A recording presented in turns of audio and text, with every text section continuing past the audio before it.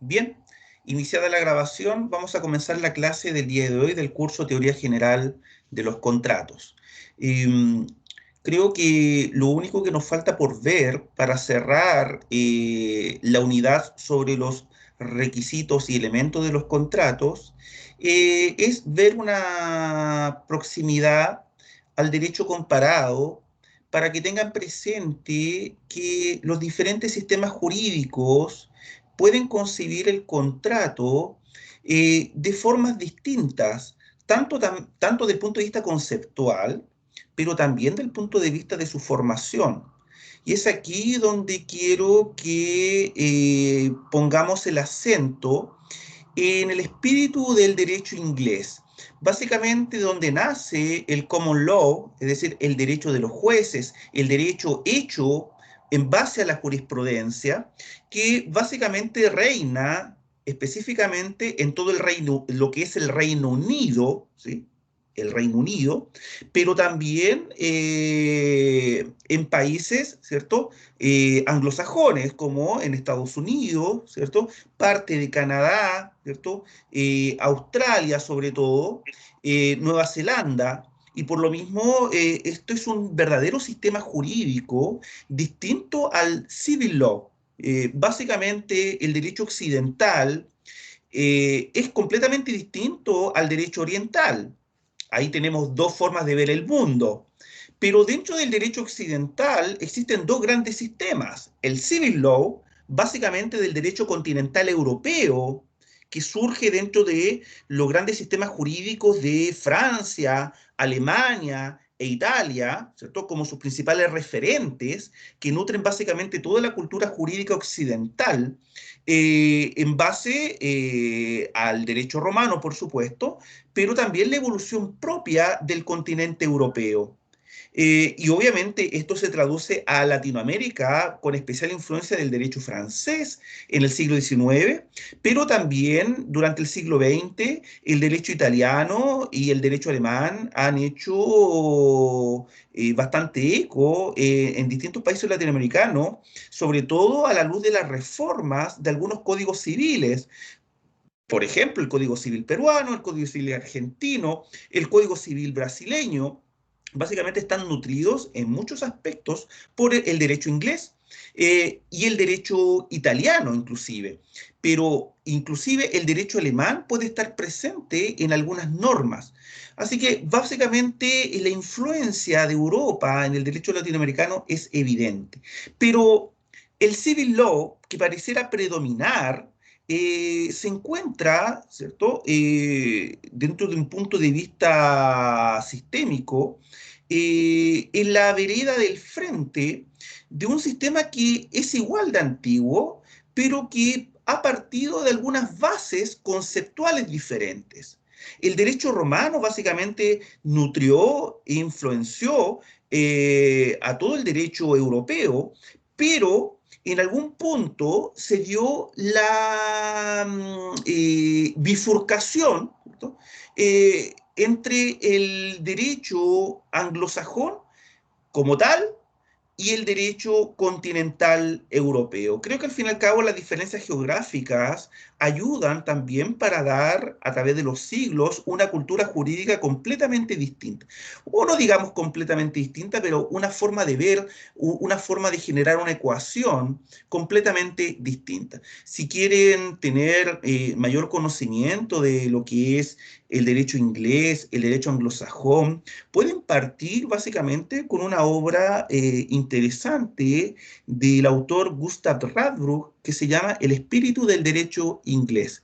Básicamente uno puede entender por qué existe una cultura jurídica distinta, a lo cual obviamente el autor alemán Reinhard Zimmermann también dedica muchos capítulos para hacer referencia al common law y cómo llegar a soluciones que en principio parecen ser distintas, pero puede llegarse a las soluciones idénticas partiendo desde una ecuación, una forma de entender el derecho completamente distinto. Creo que algún conocimiento ustedes tienen sobre el common law en sus estudios de introducción a la teoría general del derecho, en el estudio de las fuentes del derecho, algo tiene que haber visto sobre el common law o específicamente ya el derecho anglosajón y mucho más específico el derecho inglés, la evolución propia del derecho inglés que viene a formar parte de un sistema ya en el siglo XI y el siglo XII, ¿cierto? Con las cortes inglesas. Y particularmente ya en el siglo XV, el derecho inglés toma una fisonomía propia en el campo del derecho contractual. Y eso es lo que vamos a ver en el día de hoy. Básicamente el desarrollo, ¿cierto?, de la tutela del contrato, específicamente en Inglaterra, en el derecho inglés. Eh, la variedad de aspectos que dicen relación con el derecho inglés y traducido básicamente al common law, se configura a partir entonces del siglo XII. Básicamente, después de la conquista normanda, se tuvo básicamente un funcionamiento a través de las cortes inglesas. Por tanto, se administraba justicia a través de los tribunales, pero después se podía recurrir a la corte inglesa básicamente para extender lo que ellos llamaban la equidad. Básicamente, el derecho inglés fue funcionando con una fisonomía, ¿cierto?, bastante jerárquica, lo cual ya en el siglo XVII el common law se empieza a perfilar como un conjunto de normas ya de carácter sustantivas, pues los procedimientos fueron quedando como algo en paralelo. Así, las maneras formales de proceder primaron ampliamente sobre el fondo, y así fue en sus inicios. Pero luego, obviamente, ya las normas sustantivas comenzaron a tener independencia de las formas procedimentales. Así podemos tener un derecho inglés adjetivo y un derecho inglés sustantivo. En lo que dice relación con el derecho contractual, hay un aspecto especialmente relevante del derecho inglés, que es lo que vamos a llamar la consideration, que básicamente es un término anglosajón que no tiene una significación, una traducción literal al español. Hablar de la consideration no es lo mismo que hablar de la consideración en el idioma español. No tiene nada que ver, ya que es un término utilizado netamente en el campo contractual. Y ya vamos a ver entonces lo que quiere decir. Hasta el momento hemos visto en el estudio de los elementos y requisitos de los contratos, a propósito de los elementos constitutivos de los contratos, estudiamos los elementos de la esencia que son generales, donde básicamente el consentimiento tiene que estar presente como requisito de existencia y que este consentimiento sea libre y espontáneo, es decir, exento de vicios como requisito de validez.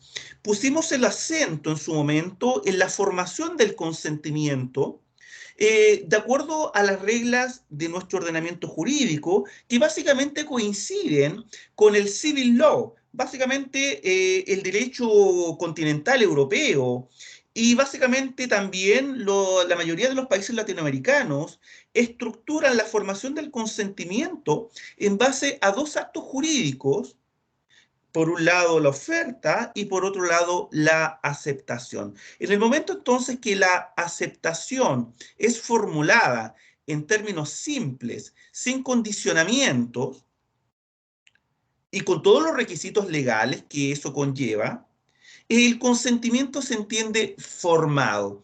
Y por ende, si el contrato es consensual, pues bien, la formación del consentimiento coincide también con el momento en el cual el contrato se ha perfeccionado, el contrato se ha concluido o el contrato se ha celebrado. Eso es lo que tenemos nosotros por regla, sin perjuicio de que pueden haber contratos reales, donde la perfección del contrato se dará en el momento de la entrega o tradición de la cosa.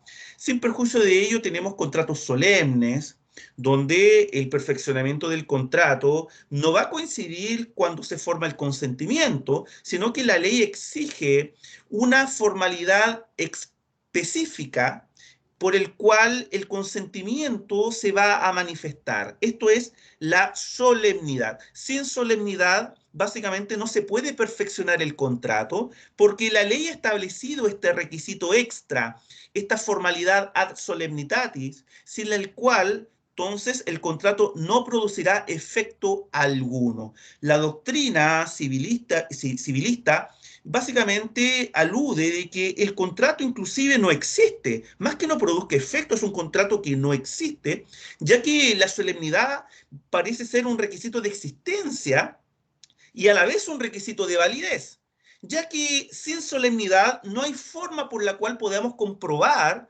que hubo consentimiento, puesto que en base a la naturaleza propia de dicho contrato es que la ley ha exigido entonces que para que produzca efectos debe entonces cumplirse con determinados requisitos y formalidades. Estos son entonces las llamadas solemnidades. Así lo ha querido la ley, así lo pueden leer ustedes en el artículo 1682, 1683 del Código Civil, donde la nulidad absoluta está aquí como la sanción, ¿cierto? Como la consecuencia jurídica ante la inobservancia de aquellos requisitos que establece la ley en consideración a la naturaleza misma del acto o contrato. Teniendo esto presente, y volviendo en general a la regla de los contratos consensuales que tenemos presente aquí, y que el Código Civil se encarga en el artículo 1443 de distinguir cuándo un contrato es real, cuándo un contrato es solemne y cuándo un contrato es consensual. En general, comencé hablando del derecho inglés y ahora estoy hablando del derecho chileno. ¿Por qué tengo esta dicotomía? Puesto que básicamente todo lo que he dicho no es más que un prólogo o un preludio antes de entrar, ¿cierto? Básicamente al derecho contractual inglés. Porque estamos básicamente aquí en el terreno de la formación del consentimiento, ¿sí? Y que por regla general coincide con el perfeccionamiento del contrato cuando los contratos son de carácter consensual. Son de carácter consensual.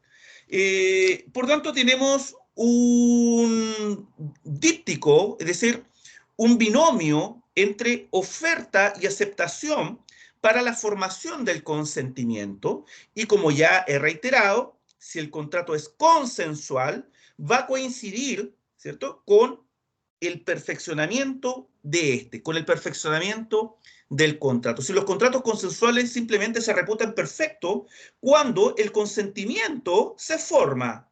Así, la compraventa de bienes muebles es un contrato de naturaleza consensual y por lo tanto el contrato se va a celebrar, se va a entender perfeccionado y concluido desde el momento en que las partes se ponen de acuerdo en la cosa que se va a vender y en el precio que se va a pagar por ella. Ergo, existiendo acuerdo entre la cosa y el precio, ya tenemos contrato de compraventa.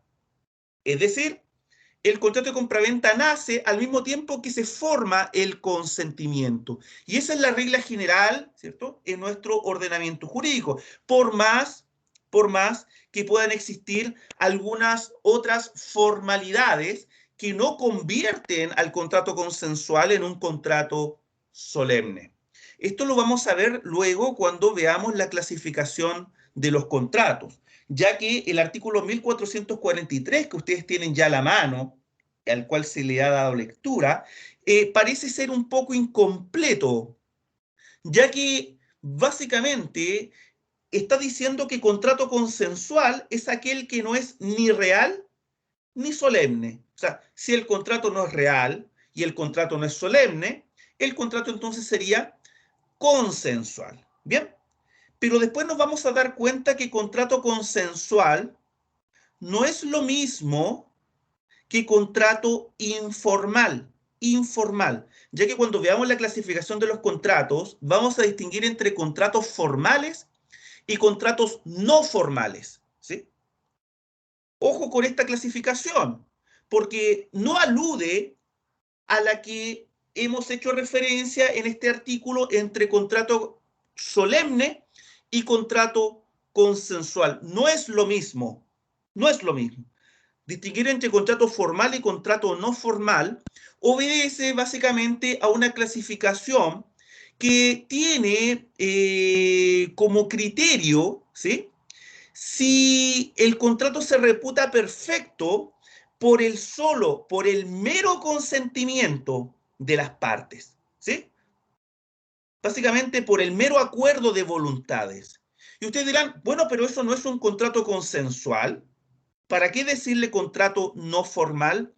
Es que el problema ocurre de que hay contratos consensuales que, a pesar de ser consensuales en su naturaleza, pueden ser a la vez un contrato formal.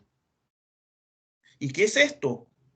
Básicamente, ¿puede haber un contrato consensual y a la vez un contrato formal? Sí. El contrato solemne, por esencia, es un contrato formal. Y eso no cabe discusión, ya que la formalidad está dada por su solemnidad, ¿sí? Pero ahora hay contratos consensuales que, si bien nacen por el solo consentimiento de las partes, de todas formas, la ley exige el cumplimiento de algunas formalidades que no son solemnidades, pero al mismo tiempo son formalidades, pero que no inciden estas formalidades necesariamente en la validez del contrato si están o no están presentes, sino que pueden tener aparejadas sanciones distintas. ¿A alguien se le ocurre algún ejemplo de un contrato consensual y a la vez sea formal?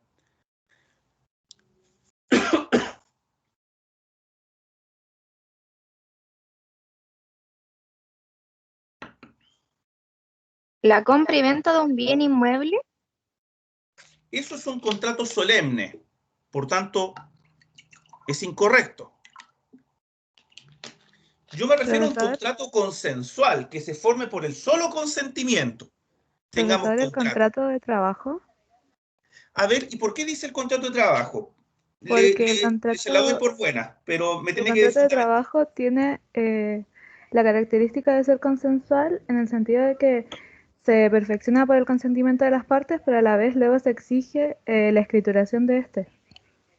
Entonces Ya, ahí perfecto. sería formal. Exactamente. ¿Y esa formalidad de qué tipo sería? Eh, ¿Cómo de qué tipo? Las formalidades, usted recordará que las formalidades son formalidades ad solemnitatis, es decir, una solemnidad, pero también hay otras formalidades como formalidades habilitantes y de otros tipos, formalidades de prueba. ¿Qué tipo de formalidad sería básicamente la escrituración? De prueba para, sí, para eso, para aprobar la relación laboral. Para aprobar la relación laboral, ya. Es una formalidad de prueba, ya, yo lo considero correcto, pero también es otro tipo de formalidad al mismo tiempo. Que esto es importante porque eh, la ley puede establecer consecuencias.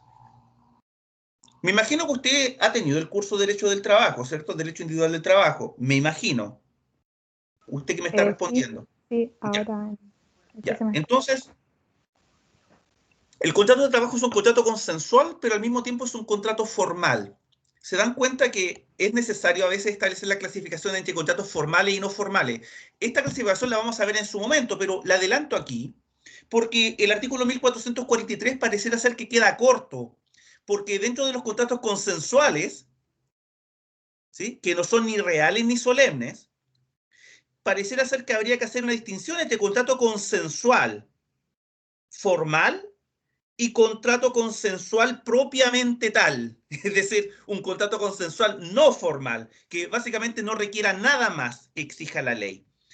Porque en el contrato de trabajo, efectivamente hay un plazo para su escrituración, y ese plazo, esa obligación para la escrituración, no pesa sobre el trabajador, pesa sobre el empleador.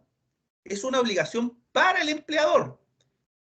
Por tanto, si es una obligación para el empleador, y su consecuencia, si no lo hace dentro de 15 días, ¿sí?, ¿Cuáles serían las consecuencias si no lo escritura?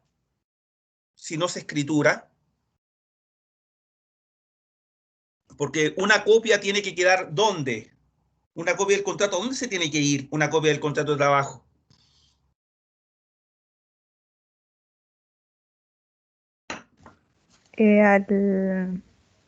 A la dirección del trabajo. Exactamente, tiene que ir una copia de dirección del trabajo, por tanto ahí se puede corroborar si el contrato se escrituró dentro de plazo o no, desde el punto de vista de la fecha Profesor, del contrato. Pero ¿cuál es la es una sanción? formalidad Dígame, ¿una formalidad de qué tipo? de publicidad. Mm, no, no, porque no tiene ese sentido. El contrato de trabajo, aquí no se resguardan intereses de tercero.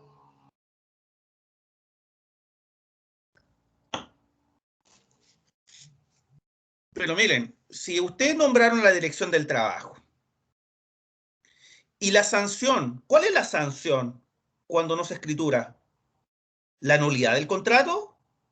No, por supuesto que no, porque no es una solemnidad la escrituración, en este caso. ¿La validez? No, pues señorita, si la validez tiene relación directa con la nulidad. Si la nulidad básicamente es una sanción, ¿cierto?, que invalida el acto o contrato. Por tanto, no tiene nada que ver aquí la validez. El contrato es válido en el momento que hay consentimiento, básicamente entre empleador y trabajador. La sanción son, ¿qué son? ¿Qué sufre el empleador cuando no se ejecuta el contrato? La empresa, ¿qué se le aplican a la empresa? Multas, multas. Por tanto, es una formalidad administrativa. Es una formalidad administrativa. Le impone la ley, por supuesto, pero tiene un carácter de ser una formalidad administrativa, ya que tiene que escriturarse y una copia enviarse a la inspección del trabajo, a la dirección del trabajo, perdón, a la dirección del trabajo. De no establecerse, de no hacerse, incurre en responsabilidad el empleador, y responsabilidad básicamente ante la autoridad del trabajo. Hay multas. También hay efectos del punto de vista probatorio, como había dicho su compañera en su momento, ya que el onus probandi se traslada al... ¿A dónde se traslada el onus probandi? El peso de la prueba se traslada después al empleador, que es ir contra las reglas generales del artículo 1698 en vista de la prueba de las obligaciones. Porque si se logra probar la relación laboral, hay una sanción de que básicamente hay una presunción de veracidad de que las cláusulas del contrato son las que alude el trabajador. Porque si no está escriturado, pero se prueba que hay relación laboral, básicamente después hay que decir, bueno, ¿y cuál es el contenido del contrato? ¿A quién le va a creer el juez? ¿Al trabajador después? El contenido del contrato es lo que dice el trabajador. Es una presunción legal. El empleador lo puede desvirtuar, pero tiene que probarlo, que no es así. Entonces, hay incidencia en materia probatoria, ¿sí?, del onus probandi, ya que obviamente es una formalidad de prueba, porque al fin y al cabo la prueba es tanto para el trabajador como el empleador. A ambos les sirve el contrato como una formalidad de prueba. De lo contrario, por supuesto, estarían impedidos de presentar el contrato por escrito ante el juez, porque no existe contrato por escrito. Por tanto, tendrán que valerse de otros medios probatorios, de todos los demás. Pero ojo, si se logra aprobar la relación laboral, el contenido del contrato, las cláusulas, se les va a dar presunción de veracidad, presunción legal al trabajador. Ahí hay una sanción del punto de vista probatorio al empleador, pero también hay sanciones de carácter administrativo. Por tanto, ahí nos damos cuenta que la escrituración constituye finalmente formalidades de prueba y formalidades administrativas. Pero el contrato en su esencia es un contrato consensual, ¿sí? La naturaleza del contrato es consensual, porque una vez formada la relación laboral, ¿sí?, el contrato es válido. Y si no se cumplen con las formalidades, pues bien, van a recaer sobre el propio empleador las sanciones. Así que eso es, ¿cierto?, ciertamente un ejemplo de un contrato consensual, pero a la vez formal. Ahora, si usted me dice, ¿hay contratos consensuales no formales? Sí. La compraventa de bienes muebles, ¿sí? Por regla general, ¿cierto? Ustedes cuando van a comprar, ¿cierto?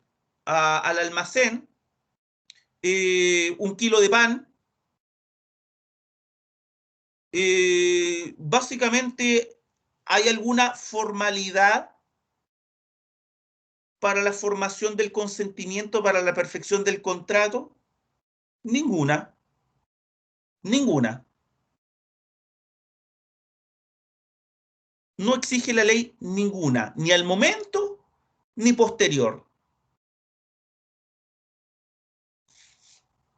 Básicamente, toda compraventa sobre bienes muebles, ¿cierto? En sí es un contrato consensual, ¿sí? Que no requiere formalidad alguna, a menos que la cosa que se compra pueda valer más de 2 unidades tributarias mensuales. Porque, ¿qué pasa aquí?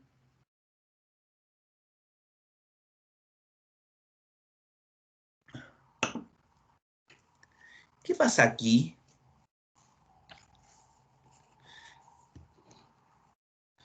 ¿Se les abre algún recuerdo, algún archivo de los estudios del acto jurídico o de obligaciones?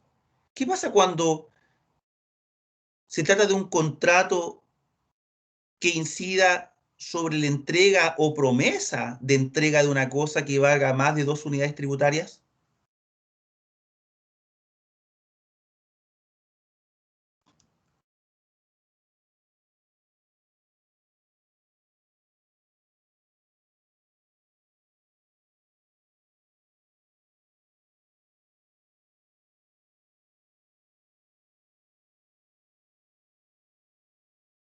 Bien, se los dejo como reflexión en este momento. Voy a hacer, casi nunca lo hago, voy a hacer una pausa de 5 minutos.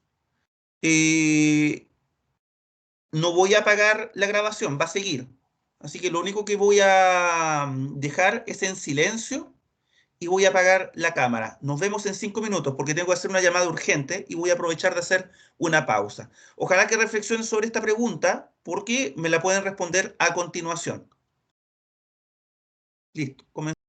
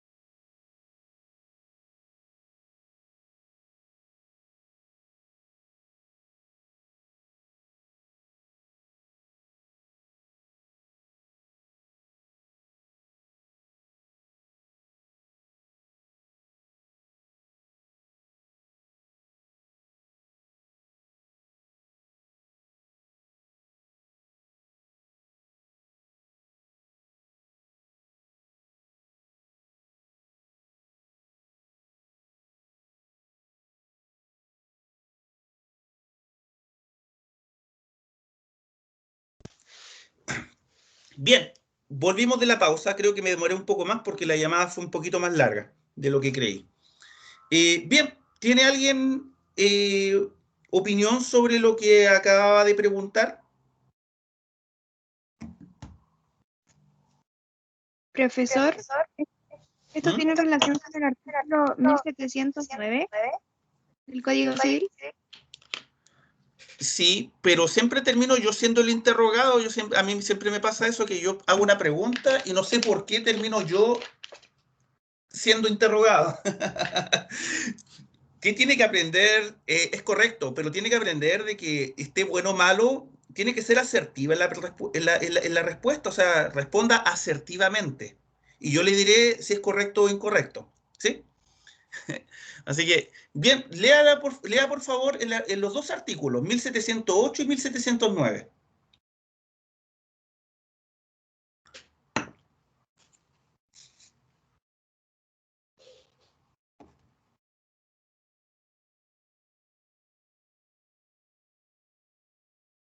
Léalo en voz alta, por favor. Sí.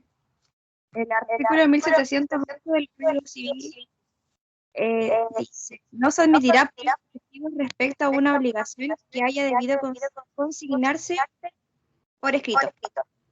Bien. Y el 1709 declara que deberán constar por escrito los actos o contratos que contienen la entrega o promesa de una cosa, que el artículo 6 valga más de 2 unidades tributarias. No será admisible la prueba de testigos en cuanto adicione o altere de modo alguno lo que se exprese en el acto o contrato. Hasta ahí Ni nomás. sobre lo que ¿Sí? Sí, hasta ahí nomás. Muchas gracias.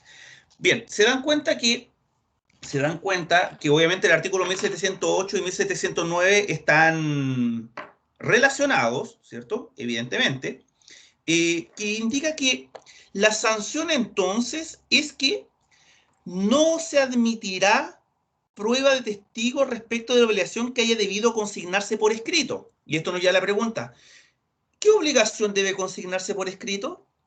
Deberán consignarse por escrito los actos o contratos que contienen la entrega o promesa de una cosa que valga más de 2 unidades tributarias. Por ende, una compraventa de bienes muebles que su naturaleza es consensual, pero si la cosa vale más de 2 unidades tributarias, debe consignarse por escrito ese contrato. ¿Cuál es la sanción si no se consigna por escrito? ¿La nulidad? No, porque el contrato es consensual. La escrituración, por tanto, no es una formalidad ad solemnitatis, sino que es una formalidad de prueba. Si se omite, la sanción va a ser la del artículo 1708. No se admitirá prueba de testigos. O sea, no va a ser admisible la prueba de testigo en juicio, lo que equivale básicamente a no poder probar la existencia de la obligación, porque sumemos, no tenemos el contrato por escrito, por tanto ya carecemos de esa prueba, y por ende también no puedo probarlo por testigos. Si no tengo la prueba por escrito y no tengo testigos, básicamente se me cae el caso. ¿Cómo puedo probar la existencia de una obligación sin tener por escrito el contrato y no poder además presentar testigos? ¿Qué me queda? La prueba confesional. Unos dirán, sí, es posible, pero de verdad yo hasta el momento no he visto que alguien vaya y confiese que debe. Porque la confesión hace plena prueba, ¿sí? Pero respecto de hechos, ¿cierto? Que están dados en contra del propio declarante, del propio confesor, hechos en mi contra. De eso hace plena prueba. Si a mí me citan a confesar, ¿sí? De nada sirve decir que soy un buen hijo, que soy un buen marido, que pago todas mis deudas. Eso no tiene relevancia. lo que tiene relevancia y hace plena prueba para la contraria, para quien presenta la prueba, es que quien va a confesar confiese hechos, ¿cierto?, que le perjudican en su contra, en base, por supuesto, a las preguntas que debe responder. Y yo hasta el momento no he visto que ocurra eso, salvo que se dé el famoso apercibimiento, ¿cierto?, de que si por segunda vez no asiste, se le tenga por confeso de todos, ¿cierto?, los hechos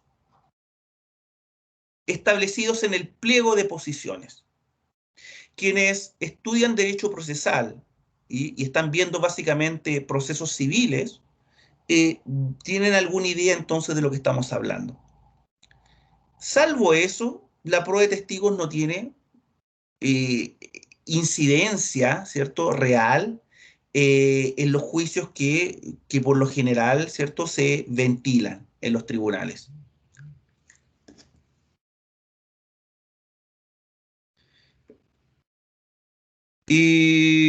Bien, ahí tienen entonces otro caso de formalidad de prueba, donde efectivamente el contrato es consensual, pero si se trata de una compraventa o cualquier otro contrato, ojo, cualquier otro contrato que contenga la entrega o promesa de una cosa que valga más de 2 unidades tributarias mensuales, ¿sí? Así que podemos ahí poner inclusive contratos que pueden ser, por ejemplo, comodato, contratos de depósito, en fin.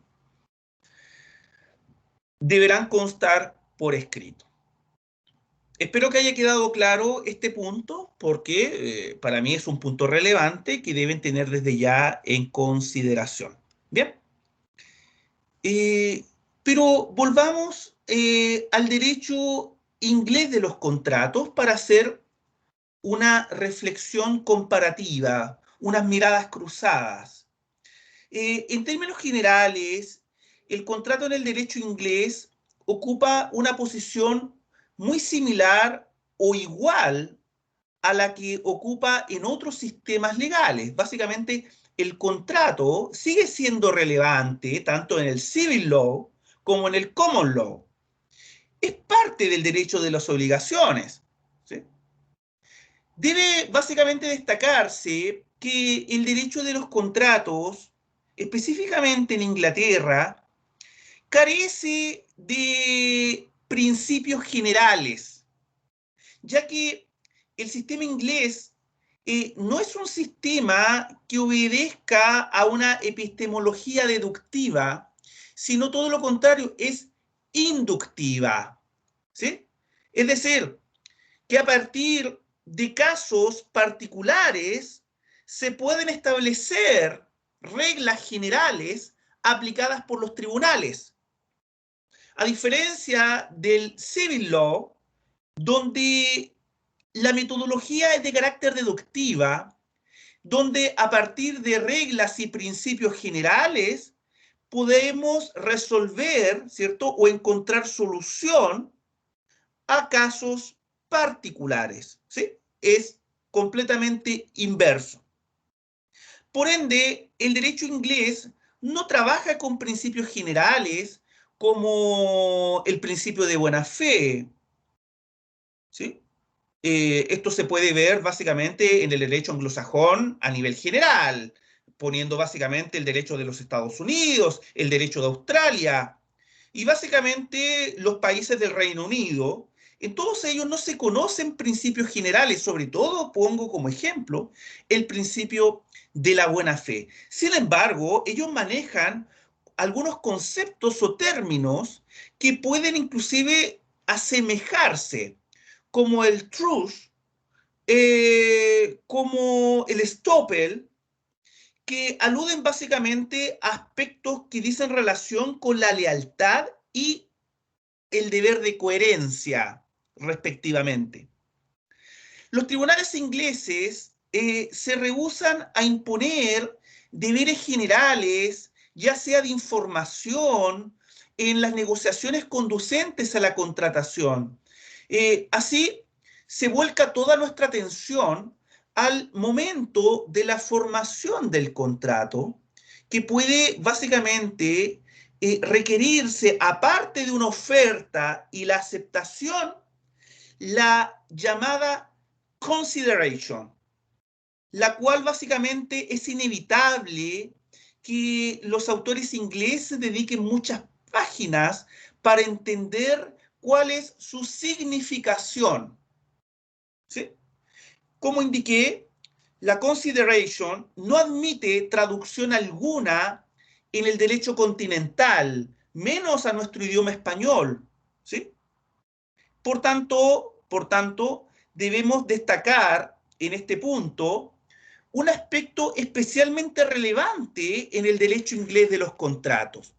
Así, el contrato en el derecho inglés y básicamente en el derecho anglosajón tiene un profundo carácter formal y ello se materializa, ¿cierto?, ya sea a través de lo que nosotros comúnmente calificamos como formalidades convencionales, ¿sí?, que pueden adquirir una especial relevancia en la generalidad de los contratos en Inglaterra, o también llamados contratos simples, donde la consideration es esencial para que tenga validez y efecto todo contrato.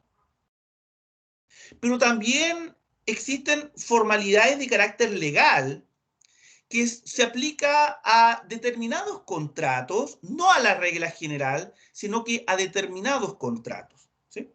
Y es por ello entonces que nos lleva a distinguir que el derecho inglés reconoce básicamente dos tipos de contratos. Por un lado, tenemos los contratos bajo sello, denominados the contract under seal. Y por otro lado tenemos el contrato simple, denominado the simple contract. La regla general es este último, el contrato simple, el contrato común. Y la excepción viene a ser el contrato bajo sello, ¿sí?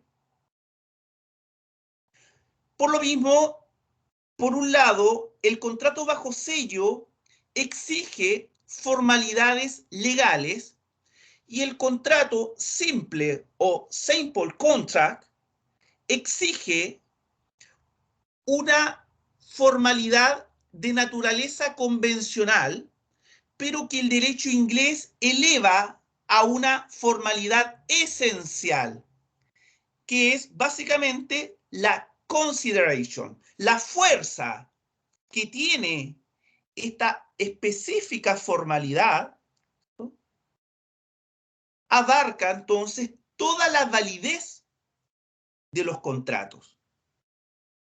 Y por lo mismo, si en otros lugares, como en nuestro caso, basta para la formación del consentimiento y la perfección del contrato una concordancia entre la oferta y la aceptación, en el common law es indispensable un formulismo peculiar, ya sea en los contratos bajo sello y en los contratos simples, adherir entonces la consideration.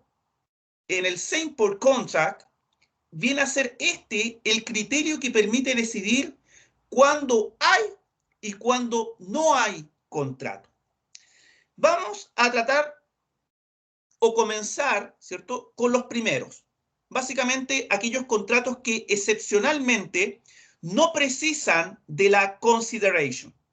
Son los contratos under seal, es decir, contratos celebrados bajo sello, es decir, bajo un sello de su propio autor. Estos contratos tienen un valor exclusivamente en razón del cumplimiento de esta específica formalidad, que consiste básicamente en sellar el documento o el pergamino que lo contiene. Básicamente es una formalidad material, porque implica que el contrato que consta en un documento en un pergamino tiene que sellarse, ¿sí? Sellarse. Es por ello entonces que la variedad o especie de este contrato bajo sello implica, ¿cierto?, que debe constar por escrito, debe esgrimirse en un pergamino o papel, y en la actualidad entonces se entiende que debe existir una forma por la cual, ¿cierto?, este documento quede cerrado, quede sellado, que quede impedido entonces de tener acceso a él, si no es porque se abra este sello. ¿Bien? Por tanto, el sello es lo que configura entonces una formalidad esencial, como una solemnidad del cual depende entonces la existencia y validez de este contrato. Obviamente, este contrato tiene que estar firmado, ¿sí? Escrito, firmado y sellado. Por lo mismo, ¿cuándo es indispensable estos contratos bajo sello? Es decir, ¿a qué contrato se aplica el contrato bajo sello? En el derecho inglés, ¿sí?, a partir de las centurias, se ha sido reconocido por los tribunales que el traspaso, es decir, la transferencia de la propiedad, ¿cierto?, bajo un título que lo justifique, es decir, el contrato en sí, debe ser entonces un contrato bajo sello. Por tanto, todo lo que implique la transferencia de bienes raíces significa que el contrato, ¿cierto?, se debe configurar bajo esta forma, un contrato bajo sello. Lo mismo también se aplica en el derecho inglés a los contratos de carácter gratuito, ¿sí? A los contratos gratuitos. En otras palabras, básicamente a las donaciones, ¿sí? Obviamente, donaciones que parten de una cierta relevancia económica, ¿sí? Es así que las aplicaciones frecuentes del contrato bajo sello se encuentran en las donaciones para obras de caridad o beneficencia, ¿sí? No son simples donaciones, son donaciones básicamente para obras de caridad o beneficencia, ya sea hacer un aporte a una fundación, a una corporación, a una entidad sin fines de lucro que tienen, obviamente, por objeto ser organizaciones filantrópicas, y por tanto estas donaciones tienen este marco, la beneficencia. Bajo todo lo que hemos indicado, ¿cierto?, esta forma de contratación tiende, ¿cierto?, a tener una especial coincidencia conceptual con la noción clásica y romana del término contractus, ¿sí? Porque en ambos casos, lo que realmente importa es la prestación que se contrae y no que este contrato haya sido fruto de un acuerdo de voluntades. En otras palabras, el contrato bajo sello es normalmente un contrato unilateral, algo que parece ser inconcebible bajo la mentalidad, ¿cierto?, del civil law.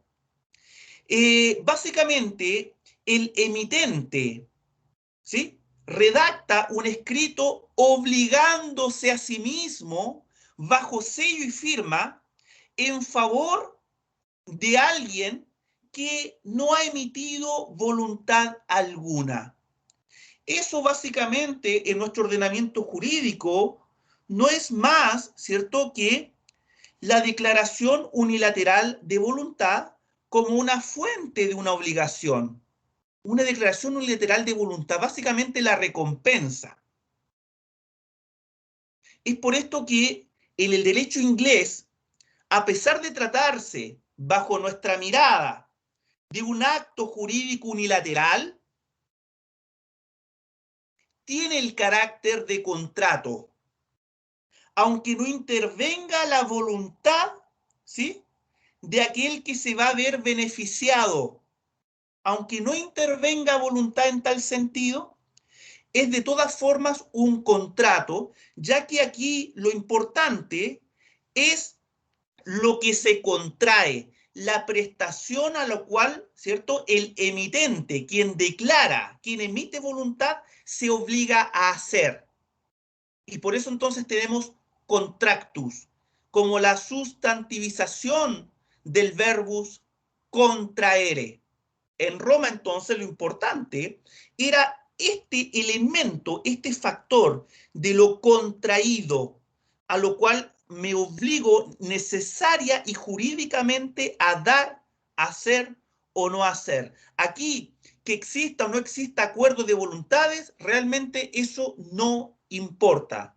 ¿Se dan cuenta entonces que el derecho inglés mantiene bajo la fisonomía del contrato bajo sello de manera inalterable el sentido genuino, arcaico u original de la voz contractus que nosotros vimos al comienzo de este curso en Roma? ¿Se dan cuenta?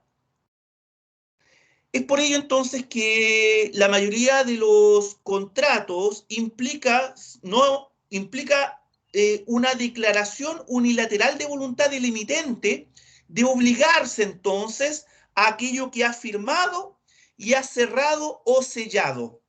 Y aquí entonces tenemos los contratos bajo sellos.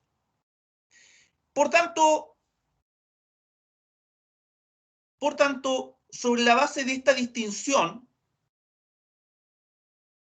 tenemos por otro lado el contrato simple, lo que los ingleses llaman simple contract. Y en cuanto a los orígenes aquí, la consideration viene a ser el elemento central. Y es por ello que a partir del siglo XV viene a tomar forma, ¿sí?, esta específica formalidad, ¿sí?, que viene a complementar el díptico oferta y aceptación, agregando este elemento de la consideration para que la voluntad y el consentimiento se forme y a su vez el contrato se pueda perfeccionar. Básicamente, ¿qué es esto de la consideration? La consideration básicamente se vincula a la idea aquí de sinalagma, se vincula a la idea de intersubjetividad, a la idea de bilateralidad de los efectos del contrato. En otras palabras, el contrato simple parte de la base de que debe existir bilateralidad del punto de vista de los efectos del contrato. Se asimila, no es que sea idéntico, pero se asimila al concepto de contrato bilateral, ¿sí?, donde las partes contraen obligaciones recíprocas. La bilateralidad está puesta aquí en los efectos del contrato, en las prestaciones, ¿sí? Así, los contratos en que una sola parte se obliga, es decir, los contratos gratuitos del common law, se van a regir bajo la solemnidad del sello. Pero en estos contratos, que son la generalidad, los contratos comunes, los contratos simples, el sello no juega rol alguno, porque lo único que permite aquí la consideration es el intercambio económico. En otras palabras, la consideration es equivalente a lo que podríamos denominar una contrapartida en base a un intercambio económico que debe ser presente o futuro, pero nunca pasado. Contrapartida no es sinónimo de contraprestación en el sentido como lo podemos entender nosotros, porque recordarán que en un contrato bilateral que es oneroso y conmutativo o aleatorio, ¿sí?, la contraprestación se debe mirar como equivalente. En cambio, en el common law, la contrapartida simplemente implica un intercambio económico, ¿sí?, que viene a ser la razón jurídica por la cual una parte se obliga para con la otra. Así, el clásico ejemplo que nos da, por ejemplo, el profesor López Santamaría, y que obviamente también la mayoría de los autores lo indican, es que la contrapartida de un Rolls Royce pueden ser unos granos de pimienta. Porque aquí no se mira a la proporcionalidad de la prestación entre las partes, sino lo que se mira es una contrapartida, que no es un equivalente. La contrapartida no es una contraprestación. La contrapartida básicamente es la consideration. En otras palabras, lo que permite y justifica un intercambio económico, aunque no exista proporcionalidad. Y así básicamente fue admitido en las cortes inglesas de que no tiene que existir proporcionalidad. Puede ser ínfimo el valor económico de la contrapartida para que exista consideration. Y es por ello que un Rolls Royce, ¿cierto?, puede ser la contrapartida de unos granos de pimienta. Es por eso que este elemento aparece históricamente y se mantiene como una noción unitaria de carácter objetivo, ¿sí? Siempre es ajena a la causa o motivo sociológico de los países del civil law. Lo que nosotros llamamos la causa en los contratos, para el common law no existe. Lo que existe básicamente es consideration, un intercambio económico, una contrapartida económica sin miramientos a la proporcionalidad. Y es por ello entonces, y reitero, que el díptico oferta, aceptación propio del civil law es reemplazado aquí por un tríptico: oferta, aceptación y consideration.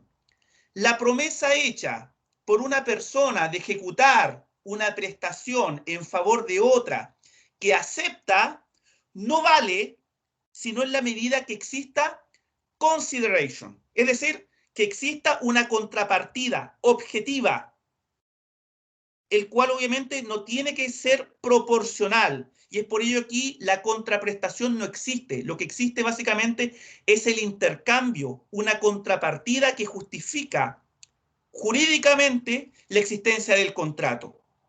La idea fuerza de la consideration, como indiqué, es una contrapartida de carácter objetiva y solo concierne a la formación del contrato, sin entrar en juego si éste se va a cumplir o no se va a cumplir.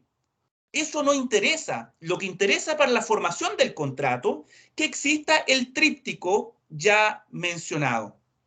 Es por ello entonces que, dada esta situación, ¿cierto?, no debe confundirse entonces la visión, ¿cierto?, del civil law que nosotros tenemos de los contratos bilaterales con la visión del common law en los contratos simples, donde la idea de la bilateralidad está presente, pero en el ámbito de los efectos, y por tanto la contrapartida equivale entonces a este elemento llamado la consideration. Tiene que tener presente entonces que este elemento debe ser presente o futuro, no pasado.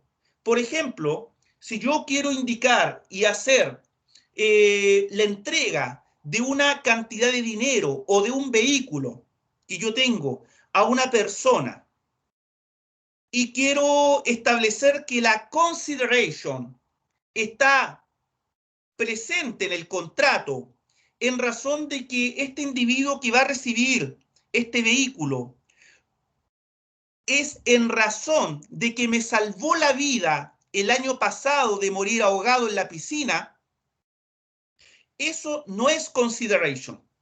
Por tanto, ese no puede ser un contrato, ¿cierto?, regido por el sample contract, sino tendría que ser un contrato under seal, regido por la formalidad del sello, porque en el fondo va a ser una donación.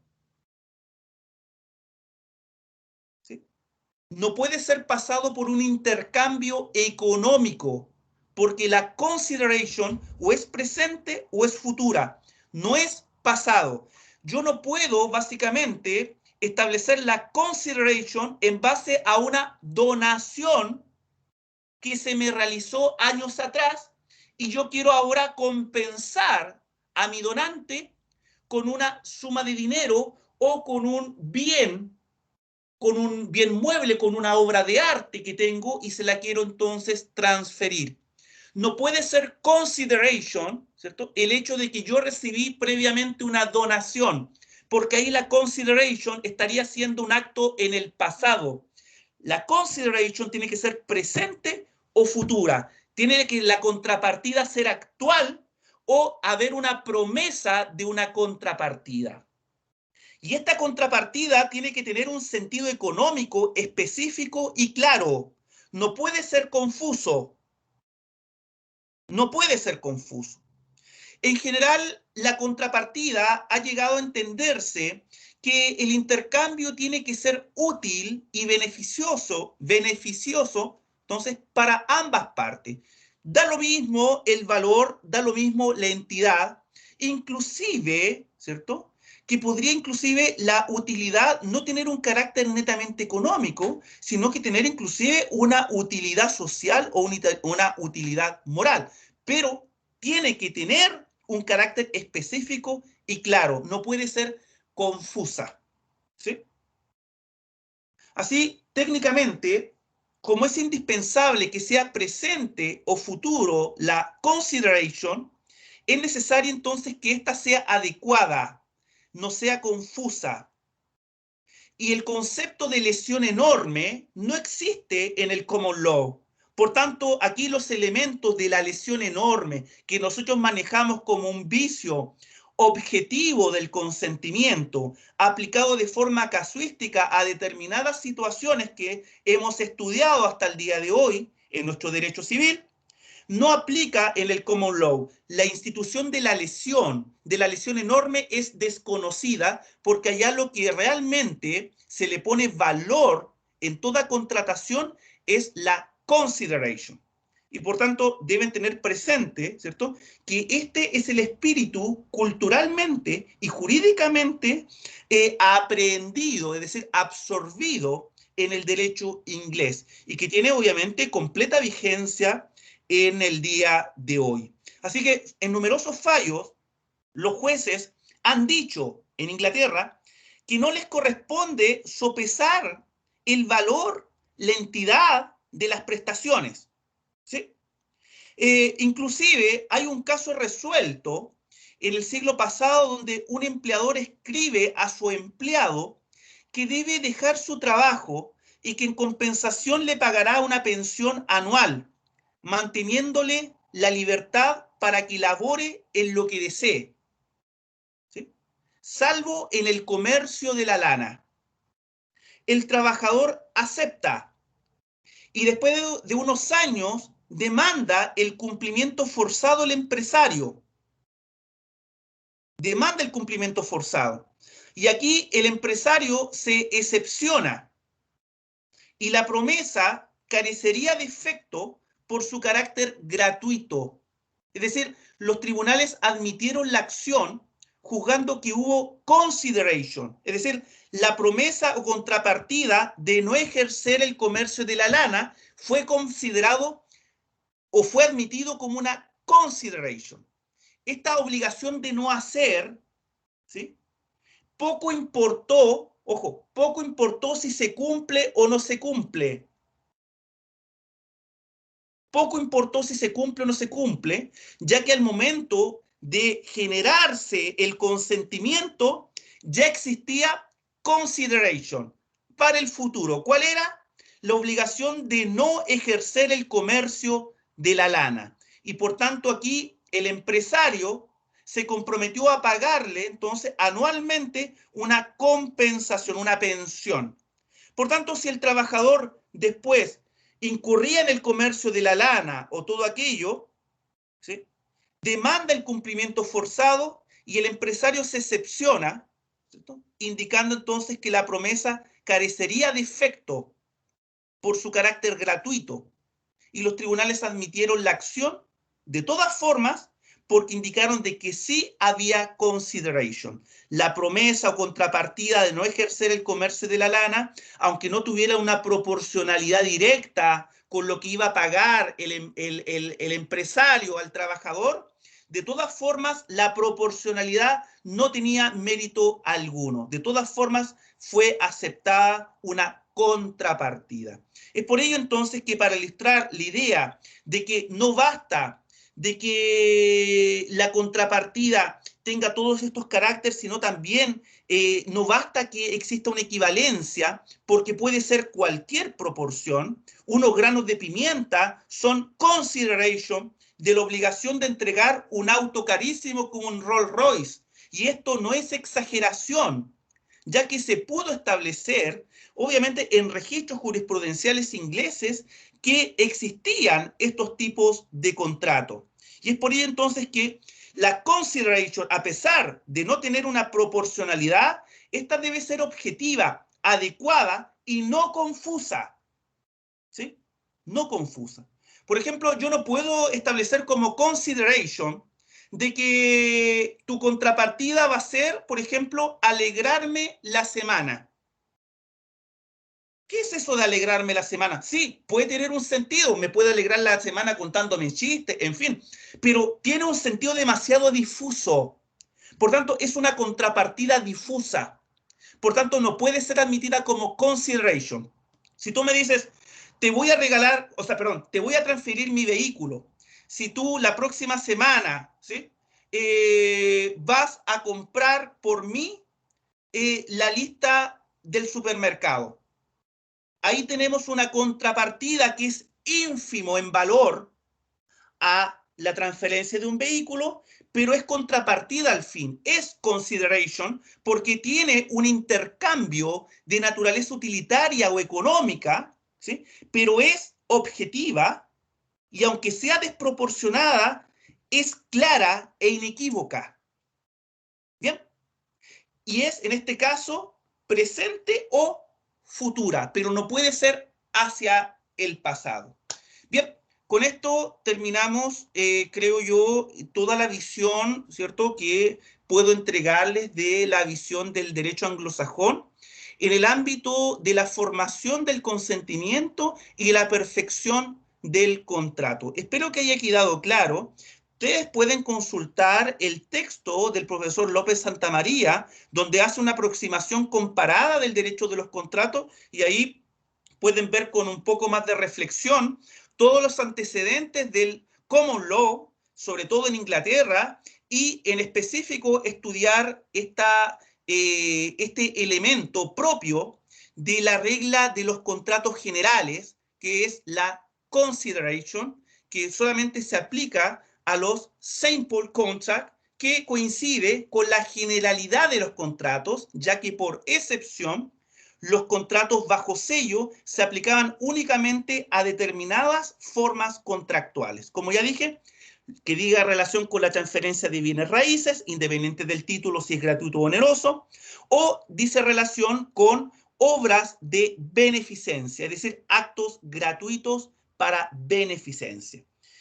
Y también podría agregar, básicamente, todos los contratos que celebran personas jurídicas, que también tiene esta forma bajo sello, porque así la jurisprudencia inglesa también lo ha confirmado. ¿Qué podría agregar este tercer tipo de contrato que dice en relación con aquellos celebrados por personas jurídicas? Bien, no sé si hay alguna duda o consulta, puesto que voy a poner fin a la grabación del día de hoy.